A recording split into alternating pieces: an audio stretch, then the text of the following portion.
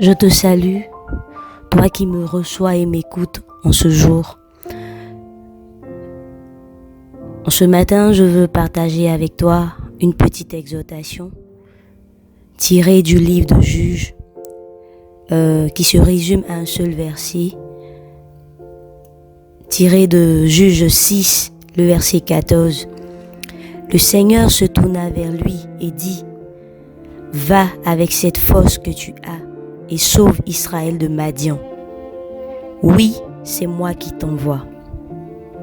Cette parole que nous lisons là s'adresse à une personne, Gédéon, fils de Joash, du clan d'Abiézer. Le livre de Juges est un livre très intéressant parce qu'il nous relate également l'histoire des Israélites nous relate les succès et échecs que ceux-ci ont rencontrés lors de leur installation à Canaan. Il nous explique également comment est-ce que les Israélites, par leur attitude, ont pu offenser Dieu parce qu'ils l'ont abandonné à certains moments. Voilà, ils se détournèrent de lui en adorant les dieux Baal et Astarté. Et ce livre-là nous relate comment est-ce que Dieu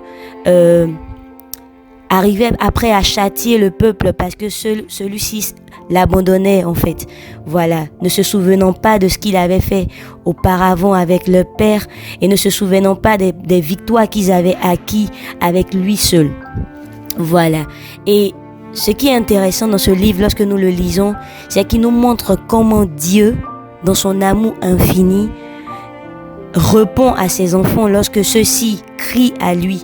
Parce que bien que les Israélites se détournèrent de lui à chaque instant, ce qui est étonnant et marrant, malgré tout ce qu'ils voyaient de la main de Dieu, lorsque ceux-ci criaient à lui, criaient au secours à leur Dieu, celui-ci suscitait un sauveur, une personne par laquelle il passa afin de délivrer le peuple.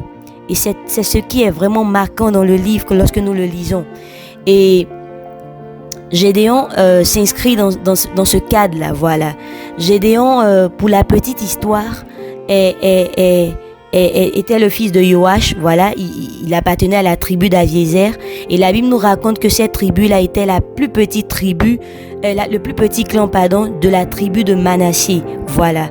Mais il va se trouver qu'un jour, l'ange du Seigneur va se révéler à Gédéon pour lui assigner une mission, encore une fois de plus. Pourquoi? Lorsque nous lisons le chapitre 6, à partir du verset 1, nous lisons que les fils d'Israël firent encore, voilà, ce qui était mal aux yeux du Seigneur, et le Seigneur les livra à Madian pendant 7 ans.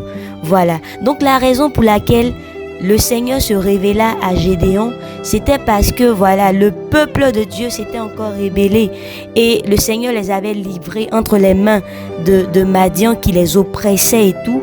Et lorsque ceux-ci criaient à Dieu, voilà, le Seigneur, dans son amour infini, dans son amour inexplicable, parce qu'on ne peut pas comprendre le Seigneur, suscita encore une personne, en la personne de Gédéon, afin de sauver son peuple. Voilà, le Seigneur voulait se servir de Gédéon afin de sauver son peuple. Lorsque nous lisons ce chapitre, nous voyons que lorsque l'ange du Seigneur se révéla à Gédéon pour lui assigner cette mission-là en lui disant « Va avec cette force que tu as et sauve Israël de Madian », la Bible nous relate l'état de Gédéon avant cette rencontre exceptionnelle. Voilà. Avant cette rencontre exceptionnelle, Gédéon était tout comme toi et moi, une personne ordinaire. Voilà. Il n'avait rien de particulier. Il appartenait à une tribu qui était la plus petite, une des petites tribus d'Israël. Voilà. Il n'était ni connu de nom et tout ce qui va avec. Voilà. Mais ce qui est marquant, c'est que le Seigneur va porter un regard sur Gédéon, malgré cela. Et Gédéon, à son habitude, voilà, lorsque l'ange du Seigneur va lui dire, écoute mon gars, vaillant héros, lorsqu'il va le saluer de cette façon, Gédéon serait étonné d'entendre cela de la part de l'ange du Seigneur en disant, mais attends, toi tu es avec moi et puis voici tout ce qui est en train de se passer dans le peuple. C'est le cas pour toi et moi par exemple. Voilà.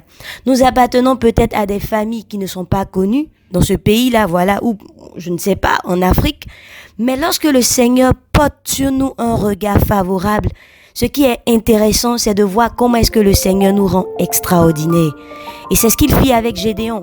Il a trouvé dans une condition initiale, une condition dans laquelle il n'avait rien qui était enviable. Mais le Seigneur a jeté sur lui un regard favorable parce qu'il avait pour lui une mission particulière, celle de sauver le peuple d'Israël. C'est le cas pour toi et pour moi. Voilà.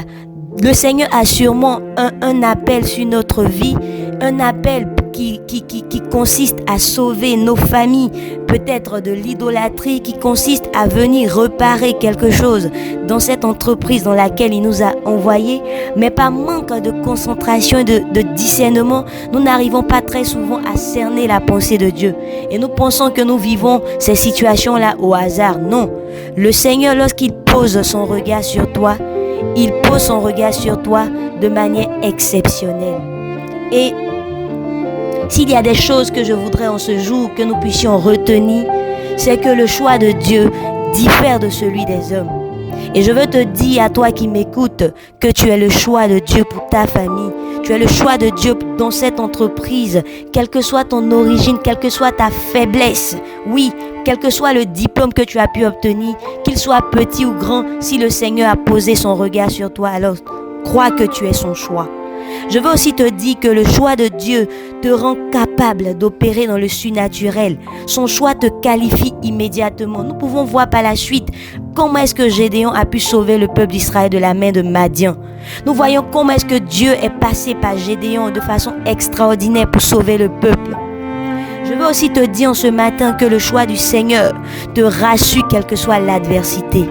Au verset 23 du chapitre 6, il lui dit « Ne crains rien, tu ne mourras pas. » Quelle que soit la hauteur des vagues, quelle que soit la difficulté qu'il y a devant toi, sois-en sûr, si le Seigneur a posé son regard sur toi et tu es son choix, alors il te dit aussi en ce matin, en ce jour, « Ne crains rien, car tu ne mourras pas. Ne crains rien, car tu renverseras ces adversités. » Je veux aussi te dire en ce matin que le choix de Dieu repose sur un but. Voilà. Le Seigneur ne pose pas son regard sur un homme pour ses beaux yeux, pour ses muscles ou je ne sais quoi. Il pose son regard sur un homme pour un but précis. Il te choisit pour être la main par laquelle il sauvera son peuple d'une situation présente ou future. Il n'y a donc pas de raison de t'enorgueillir, non, et à te trouver grave, terrible, non, tu n'es pas. C'est Dieu qui te rend particulier et sans lui ta valeur, elle est nulle et elle est égale à celle à laquelle il t'a trouvé précédemment. Voilà, le choix du Seigneur est extraordinaire. Donc, je t'invite à le lire, voilà. La Bible nous raconte les exploits que Gédéon a pu réaliser par la suite et c'est extraordinaire, je t'invite à le lire. Et on voit comment est-ce que Dieu a délivré par la main de Gédéon, voilà, Israël des Madianites. Et ce secret-là, le secret que j'ai pu aussi retenir en lisant la Bible, c'est que le secret résidait tout simplement dans l'abandon total de Gédéon à Dieu, qui garda, voilà, ses pas par la suite. C'est vrai, Dieu peut porter un regard sur toi, tu peux être son choix, mais après, il ne s'agit pas seulement d'être le choix de Dieu, mais il faut rester dans ses pas. Il faudra que nous puissions rester dans ses pas. Lorsqu'il pose son regard sur nous, nous en tant que choisis de Dieu, nous avons le devoir de suivre la mission qu'il nous a assignée en n'abandonnant pas ses pas. Parce que c'est lui qui pourra nous dire, agis ainsi et fais ceci, parce que c'est lui qui a le secret de la victoire. Voilà, en ce matin, je veux vraiment te dire de ne pas désespérer. Les leçons que Dieu nous donne sont extraordinaires. Il nous apprend que ce qui nous rendra victorieux, voilà, et lorsqu'il nous manifeste un appel, c'est de lui faire entièrement confiance, de croire en lui et lui, il saura comment garder nos pas et nous montrer le chemin. En ce matin, je veux te dire cette phrase, mon frère et ma sœur. Ne désespère pas, tu ne mourras pas. Excellente journée à toi et que la main de Dieu repose sur nous. Shalom.